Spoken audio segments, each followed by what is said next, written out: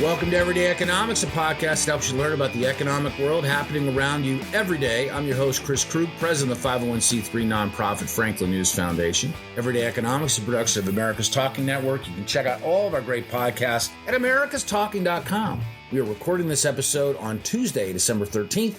And joining me as always is my friend and colleague, Dr. Orphe Divounguy. He's a PhD economist. Dr. O, I want to talk about the stock market. Let's talk about it. All right, let's break it down for our listeners. So when there's a ton of uncertainty, inflation risk, real interest rate risk, well, what happens? People sit back on their pocketbooks. They don't want to go out there. They don't invest. They don't spend. That's also how investors feel about uncertainty. When there's a ton of risk, nobody wants to jump in.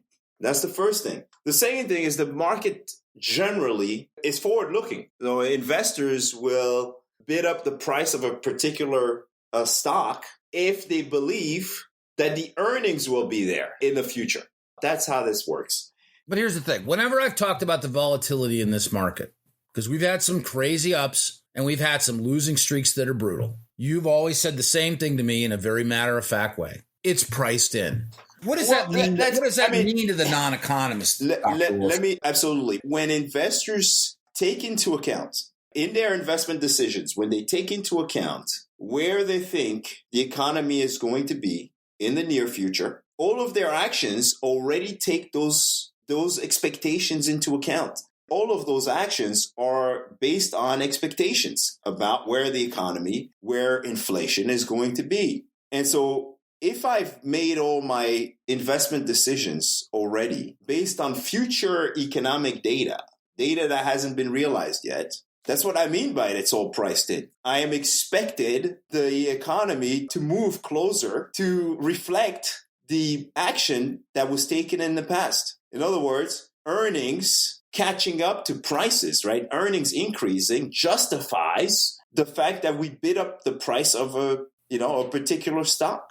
When earnings do not increase, right, to match those expectations, what do you think happens? When earnings do not increase sufficiently to match those expectations? Obviously, the market value goes down. Exactly. The stock becomes overvalued. It tends to create the sell-off. And so that's what we mean. It's about a market that is focused, that is mostly driven by expectations and not by what's happening today.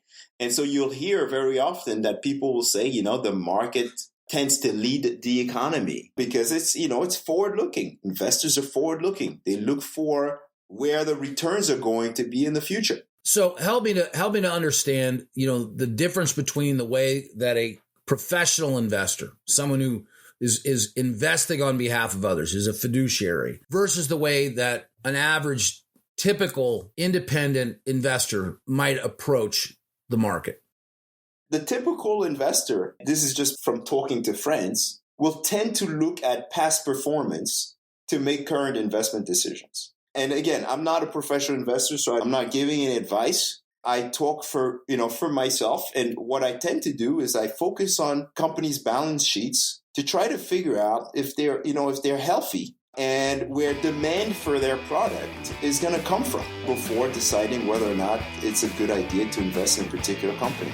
And with that, we'll bring it to a close. And thanks for joining me again. For Orphe Divounguy, this has been Chris Krug. Subscribe to Everyday Economics and dozens of other quality podcasts at americastalking.com.